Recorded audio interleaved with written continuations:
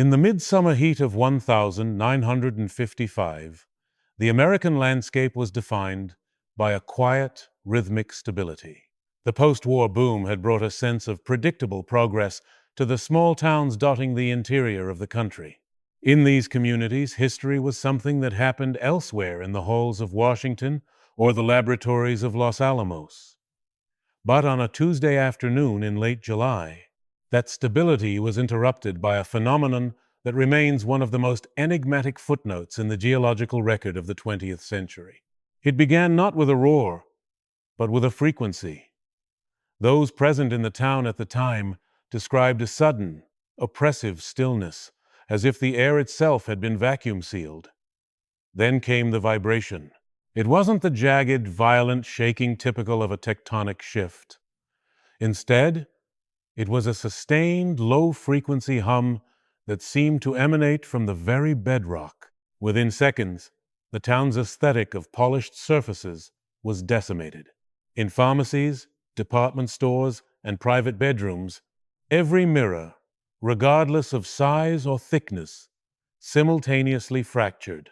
The visual evidence, preserved in archival photographs, is jarring. One grainy black and white image shows the interior of a local barbershop. The floor is a sea of silvered glass, while the heavy porcelain chairs and glass perfume bottles remain perfectly untouched. It was a selective destruction, a surgical strike by the earth itself. Initial reports from the local constabulary noted that while the structural integrity of the buildings held, the psychological impact was profound. People stepped out into the streets, shielded by their hands, looking at a world that had suddenly lost its reflection. But the physical damage to the glass was only the beginning of a much larger anomaly. When seismologists at the State University received the first data strips from their equipment, they found something that didn't align with any known seismic profile. Usually, an earthquake presents as a series of waves, primary and secondary, that dissipate as they travel from the epicenter. This event, however, appeared on the rolls as a series of near-identical rhythmic pulses, almost as if the earth were a bell that had been struck once and was ringing at a precise, unwavering pitch. Local newspapers at the time, such as the now defunct Daily Sentinel, initially ran headlines focused on the cost of the glass repairs. But within 48 hours, the narrative began to shift. Reporters who tried to contact the Regional Geological Survey found their inquiries rerouted to federal agencies. There was a sudden, marked interest in the specific radius of the shattering. While most earthquakes are measured by their magnitude on the Richter scale, this event seemed to be measured by its resonance. What happened next remains unclear, as the primary source of the town's history would soon be removed from the equation. By the end of the week, a team of men in unmarked vehicles arrived in the town. They weren't geologists or emergency responders. According to the few surviving eyewitness accounts, they were investigators carrying specialized measuring equipment devices that looked more at home in a physics lab than a disaster zone. They began a systematic door-to-door survey, not asking about injuries or property damage, but asking residents if they had heard a specific tone before the glass broke. They were interested in the pitch, the duration, and whether anyone had experienced a sense of nausea or vertigo in the minutes leading up to the pulse. The investigation was concentrated on the town hall, where the municipal records, including the detailed geological surveys of the surrounding limestone caverns, were housed. For 3 days, the building was cordoned off. Then, in the early hours of Friday morning, a fire broke out. It was a fast-moving, high-intensity blaze that targeted the records room specifically. By the time the local fire department arrived, the room had been gutted. Land deeds, historical maps, and most crucially, the seismic readings from the town's own experimental monitoring station were reduced to ash. The official report cited a faulty electrical circuit, a common explanation for the era. But some historians believe the timing was far too precise to be a coincidence. The destruction of the records created a void in the timeline. Without the maps of the subterranean structures beneath the town, it became impossible to verify where the seismic pulse had originated. The local government, facing a lack of data and mounting pressure to move on, officially classified the event as a localized geological burp, a rare but natural release of subterranean gas that caused a sympathetic vibration in glass surfaces. This explanation, however, failed to account for why only mirrors were affected. While window panes are generally made of the same soda-lime glass as mirrors, they remained intact throughout the town. This led some independent researchers to suggest that it wasn't the glass itself that was reacting, but the silver nitrate backing used in mid-century mirror manufacturing.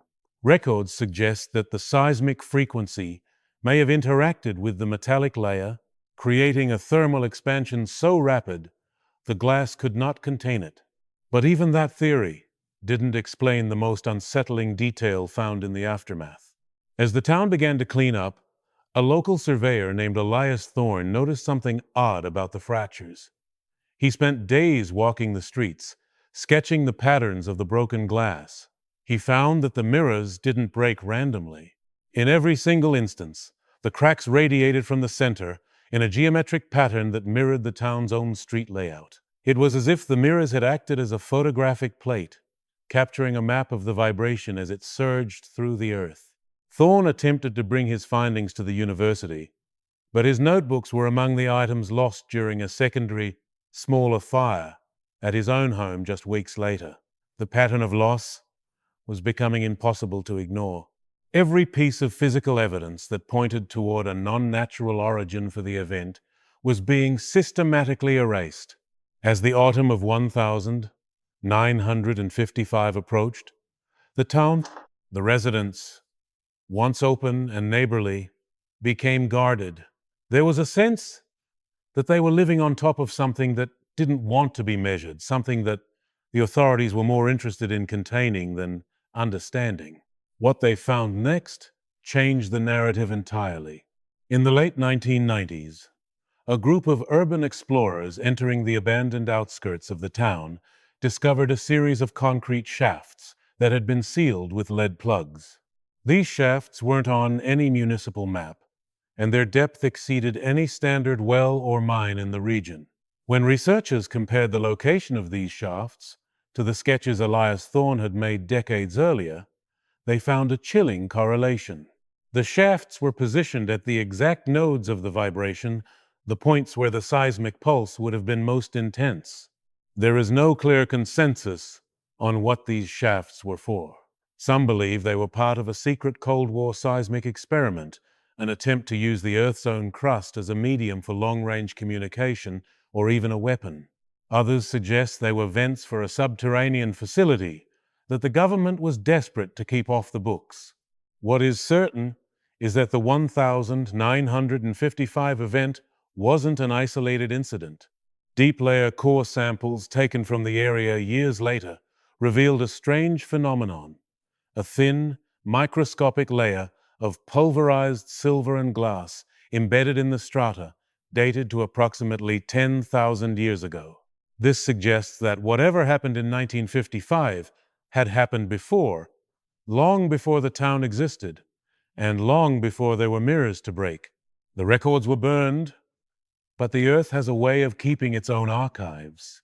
The realization that the 1955 event might have been a recurring cycle shifted the investigation from pure geology to a more unsettling form of archaeology. If the Earth had rung before, and with enough intensity to leave a geological footprint, then the shattering of the mirrors was merely a modern symptom of an ancient, repeating pulse. This led researchers in the late 1990s to look closer at the soil samples. The presence of silver in a 10,000-year-old strata was particularly confounding. Silver is not typically found in such concentrated, microscopic flakes within sedimentary rock unless introduced by an external force or a highly specific chemical reaction. Some historians believe that the silver wasn't a byproduct of the event, but rather the catalyst. There are fragmented records from early colonial surveys of the region that mention ringing stones and areas where compasses would spin wildly. The indigenous tribes of the area had their own oral traditions, speaking of a sleeping voice beneath the hills that would occasionally wake and steal the sight of those nearby. In the context of 1955, stealing the sight takes on a literal, chilling meaning when one considers the total destruction of every reflective surface in town.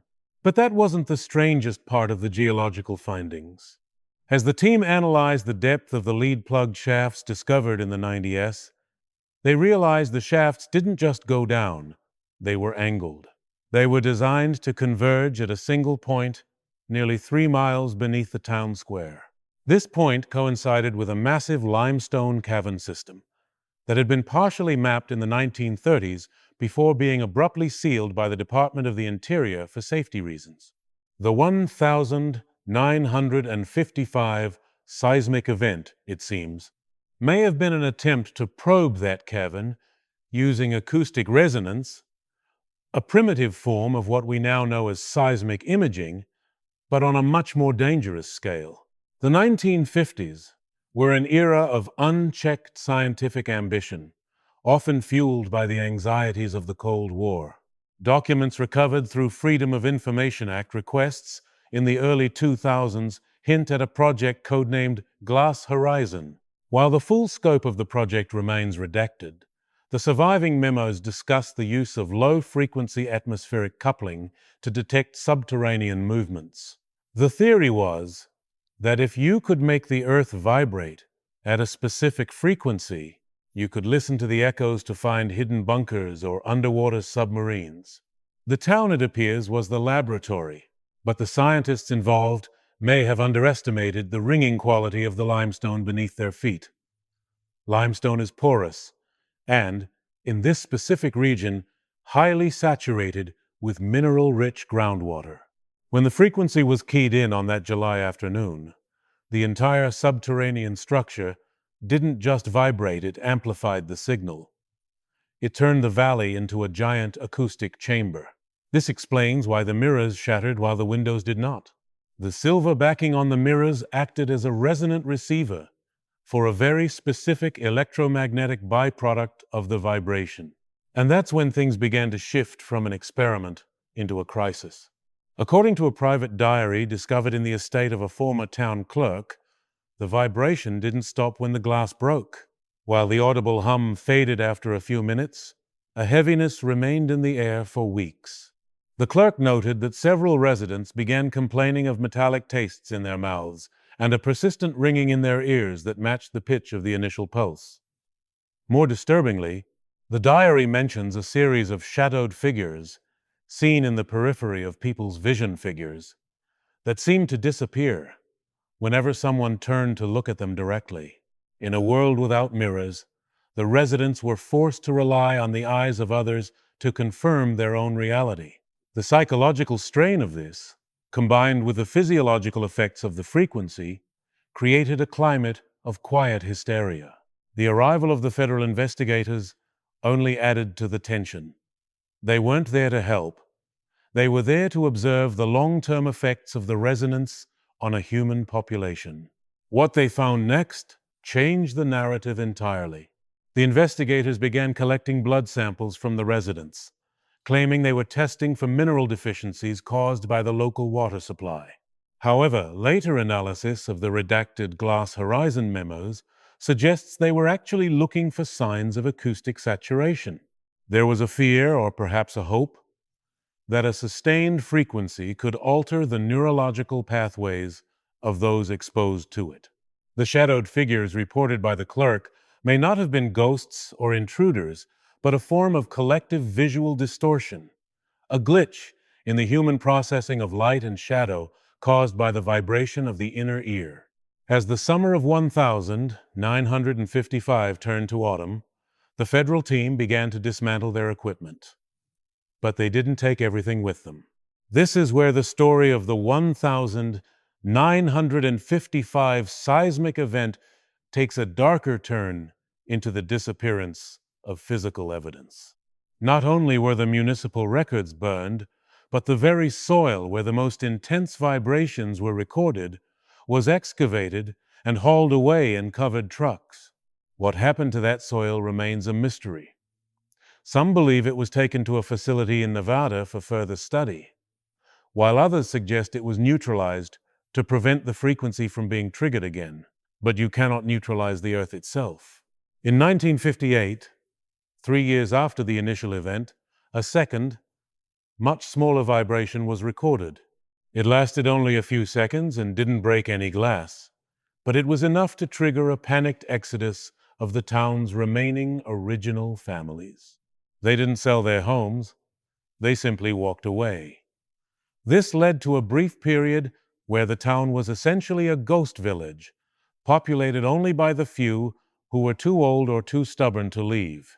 It was during this period that the second fire occurred, the one that claimed the home of Elias Thorne, the surveyor who had mapped the geometric patterns in the broken mirrors. Thorne had been obsessed. In the years following the 1955 event, he had filled dozens of notebooks with calculations, trying to prove that the vibration wasn't just a sound, but a sequence. He believed the Earth was transmitting a code that had been stored in the limestone for millennia. His final notes, which he supposedly shared with a neighbor the night before the fire, claimed that the 1955 experiment hadn't just measured the cavern, it had woken something up. What he meant by woken up is a matter of intense debate among those who study the event today. Was he talking about a geological process, a dormant acoustic phenomenon, or something more profound? There is no clear consensus, but the timing of his death and the destruction of his research mirrors the earlier fire at the town hall with surgical precision. The pattern is clear. Whenever someone came close to understanding the true nature of the 1955 pulse, the evidence was erased. By the early 1960s, the town had been repopulated by new families who knew nothing of the mirrors or the hum. The lead-plugged shafts were grown over with weeds and forgotten. The official story of a natural gas burp became the accepted history, a quirky anecdote for tourists passing through. But the physical reality of the event, the microscopic silver in the soil and the angled shafts beneath the earth remains. In the mid-2000s, a new generation of researchers using ground-penetrating radar discovered that the limestone caverns beneath the town are not empty. They contain massive, anomalous structures that do not match the surrounding geology. These structures are dense, metallic, and perfectly symmetrical. They are located at the exact point where the glass horizon shafts were aimed. It suggests that the 1955 seismic event wasn't an accident, and it wasn't just an experiment. It was an attempt to make contact with something that had been buried for 10,000 years. The modern re-examination of the 1955 event has been aided by a technology the investigators of the 50s could only dream of: digital signal processing and satellite-based interferometry. In 2014, a team of independent researchers, working quietly to avoid the bureaucratic hurdles that had plagued earlier efforts, began a long-term acoustic monitoring project in the valley. They weren't looking for a sudden seismic event. They were looking for what they called the residual ring. Their findings, published in a fringe but highly detailed geophysical journal, were staggering. The earth beneath the town is still vibrating. It is a pitch so low it falls beneath the threshold of human hearing. Yet it is constant, a subterranean drone that has not wavered in over 60 years.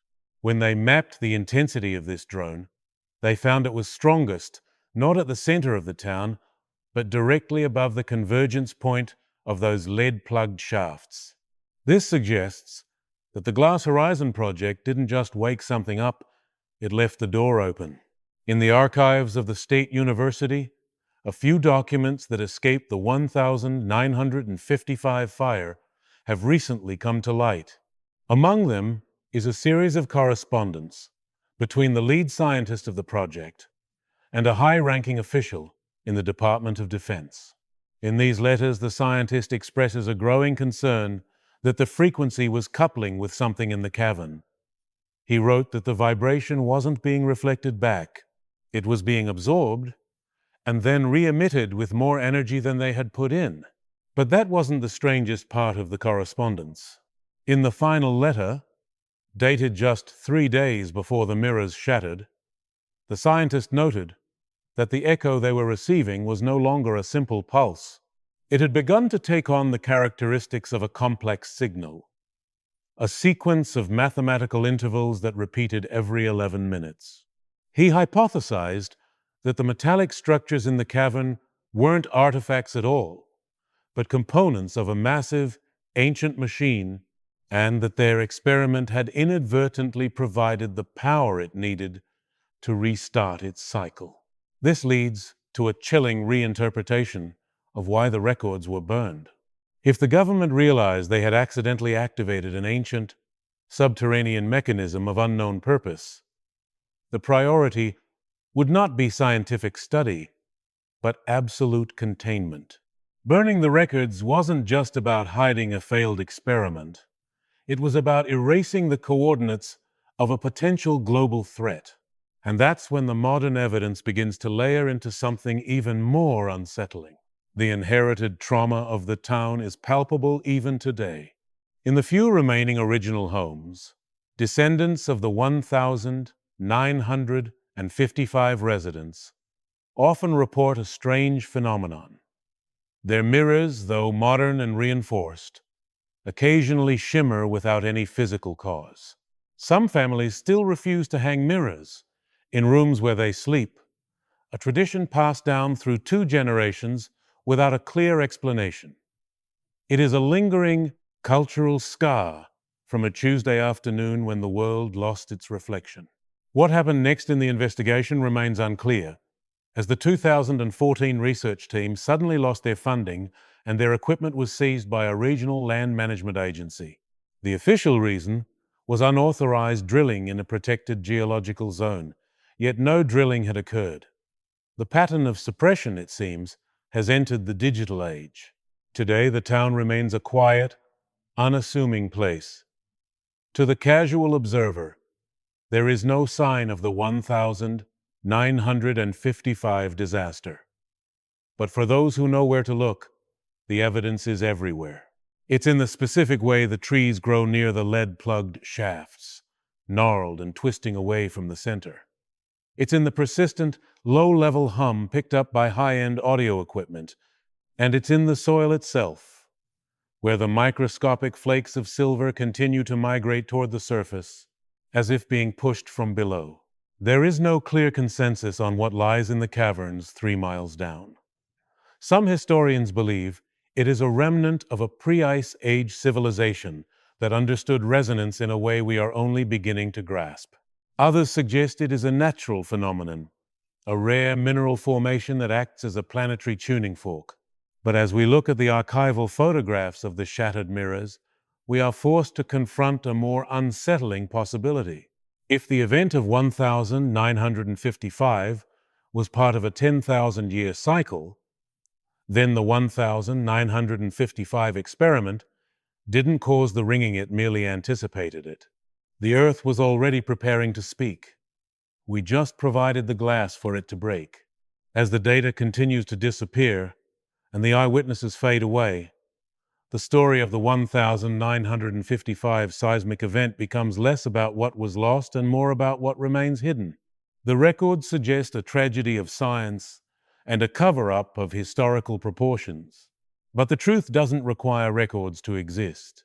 It exists in the bedrock, in the ancient silver, and in the silence of a town that still, after all these years, doesn't quite trust its own reflection.